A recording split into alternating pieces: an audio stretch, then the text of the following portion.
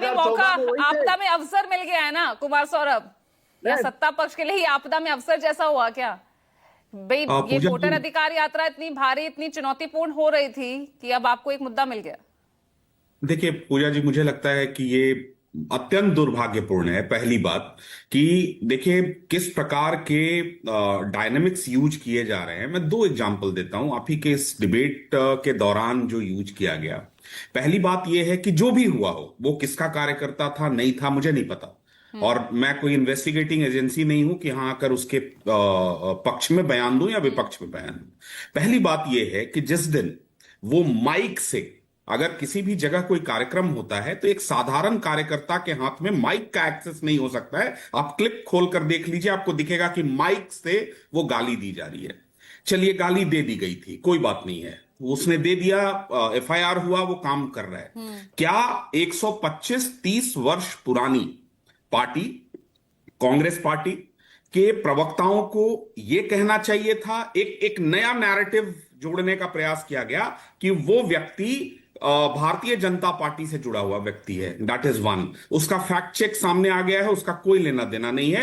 Again मैं कह रहा हूं कि अगर थोड़ी देर के लिए मान लेते हैं, है भी मान लेते हैं, भाई क्या एक राष्ट्रीय पार्टी और बिहार में जो प्रतिपक्ष में बैठी हुई पार्टी राष्ट्रीय जनता दल है, उसके लिए ही वो मंच था?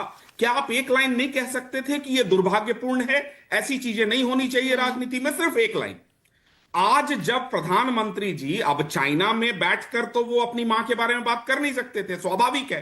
तो जब वो देश में आए, महिलाओं के लिए 125 करोड़ की योजना का अनावरण कर रहे थे, स्वाभाविक है एक बेटे के मन में, मैं भी होऊंगा, अगर मेरी मां को कोई गाली देगा तो मैं उस पर रिएक्ट करूंगा।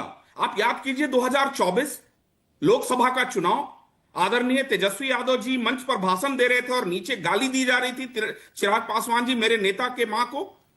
आप एक लाइन आपके मुंह से नहीं निकला कि यह दुर्भाग्यपूर्ण है।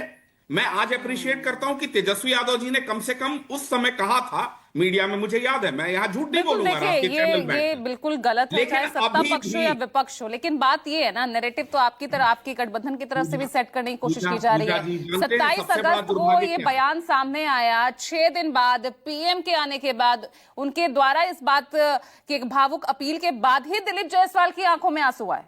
देखिए मैं किसी 6 दिन तो आप, उनकी पार्टी भी चुप रही इस पर। देखिए पूजा जी, मैं किसी व्यक्ति के बारे में यहां डिस्कस करने नहीं बैठा हूं, लेकिन मैं आपको एक चीज जरूर अरे मैं भी तो आपको एक सिनेरियो समझा रही हूँ ना, कि फिर ये सवाल खड़े होते हैं ना। फिर मैं तो मेरा पक्ष सुन लीजिए आप। मैं ये कह रहा हूं पूजा जी कि देखिए एक प्रकार से, किस प्रकार से फॉल्स नैरेटिव गढ़े जाते हैं। एक व्यक्ति ने देश के प्रधानमंत्री की मां को भद्दी भद्दी गालियां, उनकी मां की गाली उन्हें दी, और उसे डिफेंड करने में व्हाट अबाउटरी, हाँ तुमने क्या किया था, हमने क्या किया था, में लग गए। दूसरा, अभी अभी यहीं पर आपने ये प्रयास किया कि भैया जिसने गाली दिया था वो बीजेपी का ही कार्यकर्ता था, तो आप ये क्यों मोरल हाई ग्राउंड ले रहे हैं? आप भूल रही हैं कि ये पूरा वोट चोर। I did not say like that. नहीं, मैंने ऐसा कुछ नहीं कहा। कहा। You didn't say that. You didn't say that. The Congress प्रवक्ता said that. ठीक है। Now, सेकेंड थिंग, आज जो पूरा का पूरा वोट चोरी का प्रेमाइस बिहार में रचा जा रहा है, इसका पूरा बैकग्राउंड क्या था वो सामने आ गया। सीएसडीएस का वो आंकड़ा संजय कुमार जी ने सार्वजनिक रूप से माफी मांगी, जिसको रेफरेंस बनाकर आप ये पूरा का पूरा प्रोपेगेंडा रचे। वैसे ही आप आज, और देखिए इसका नुकसान, एक लाइन में मैं बोल रहा हूं, देखिए इसका नुकसान जानते हैं क्या है? जब इस प्रकार की चीजों को भी पवन खेड़ा जी और राष्ट्रीय जनता दल या कांग्रेस या कोई भी दल के वरिष्ठ लोग डिफेंड करेंगे, जब राष्ट्रीय चैनलों पर किसी भी प्रवक्ता की मां को गाली दिया जाएगा, तो नीचे जो जमीन का कार्यकर्ता है उस पर बहुत बुरा इसका असर होगा। सारिका पासवान, ये डबल सेटबैक हो गया क्या? पहले तो मां का अपमान और महिला जो कि कोर वोटर है यहां पर,